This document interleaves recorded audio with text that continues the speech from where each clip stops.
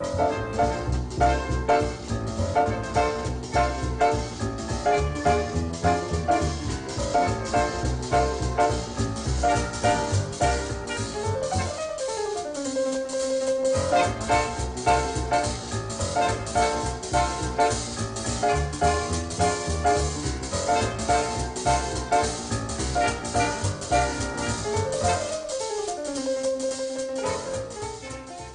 loin, je n'ai l'air de rien, mais je pense à des milliers de choses. L'herbe mouillée, le soleil. Baudelaire, c'est le poète idéal. C'est lui qui a dit... Les soleils mouillés, de ces ciels brouillés, pour mon esprit ont les charmes si mystérieux de tes traîtres yeux, brillant à travers leurs larmes. Après ça, que dire? Taisez-vous. Ok, je me tais, oui. D'habitude, je me fiche de l'image. C'est le texte qui est important. Mais cette fois, j'ai tort, parce qu'ici, tout est beau. Pas de bruit, pas de musique, silence. Et maintenant, vous allez voir comment la jeune fille se laissera séduire par le loup. Il m'embrassa.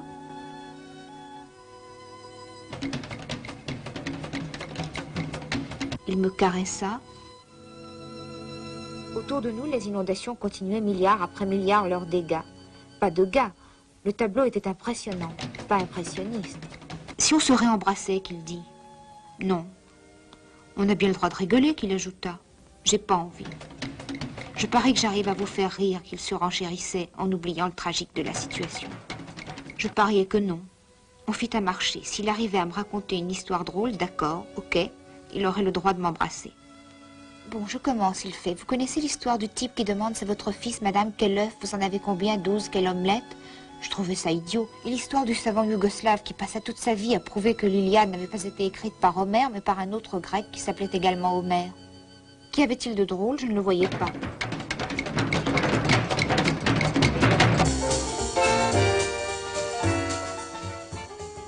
Et l'histoire, il enchaîna des deux fous qui se racontent des histoires drôles. Vas-y, dis l'un, commence. 18, dit l'autre. Fantastique. À toi maintenant, 23. Zut, je la connaissais. Mais moi aussi, je la connaissais déjà par cœur. Il fit la grimace en voyant que c'était le bide. Et l'histoire du prince Yusupov, vous la connaissez? Ni oui ni non. Bon, j'y vais. Ça se passe chez le prince Treshevski. Il donne un grand dîner en l'honneur du prince Yusupov, l'assassin de Raspoutine. Vous la connaissez? Non, non. Bon, je continue, continue-t-il. Le prince Yusupov accepte de venir, à condition que l'on ne parle surtout pas de Raspoutine. Cher ami, lui dit Reshevski, je vous le promets, d'ailleurs, on ne parlera même pas de la Russie. Mais à la fin de la soirée, un invité demande à être présenté au prince. Reshevski l'amène devant Yusupov et s'incline en disant « Permettez-moi de vous présenter le prince Rasputov ». Fallait-il rire ou pleurer?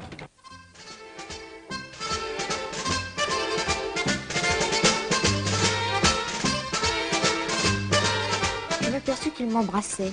Ses baisers résonnaient sur mes lèvres comme une goutte d'eau. Et comme il faut bien retomber sur ses pieds, de goutte d'eau à inondation, il n'y avait qu'un pas que nous franchîmes pour résoudre le problème de l'heure, comment aller à Paris. Impossible de continuer à pied. On se mit à la recherche d'un bateau pour rejoindre la Fort Tonus dont un lac dorénavant nous séparait. J'étais perdue dans mes pensées. Elles naissaient les unes des autres et couraient dans mon âme comme les nuages emportés par le vent sur un fond grisâtre voilaient le ciel. Cette phrase n'est pas de moi, elle est de Balzac dans La Duchesse de Langeais.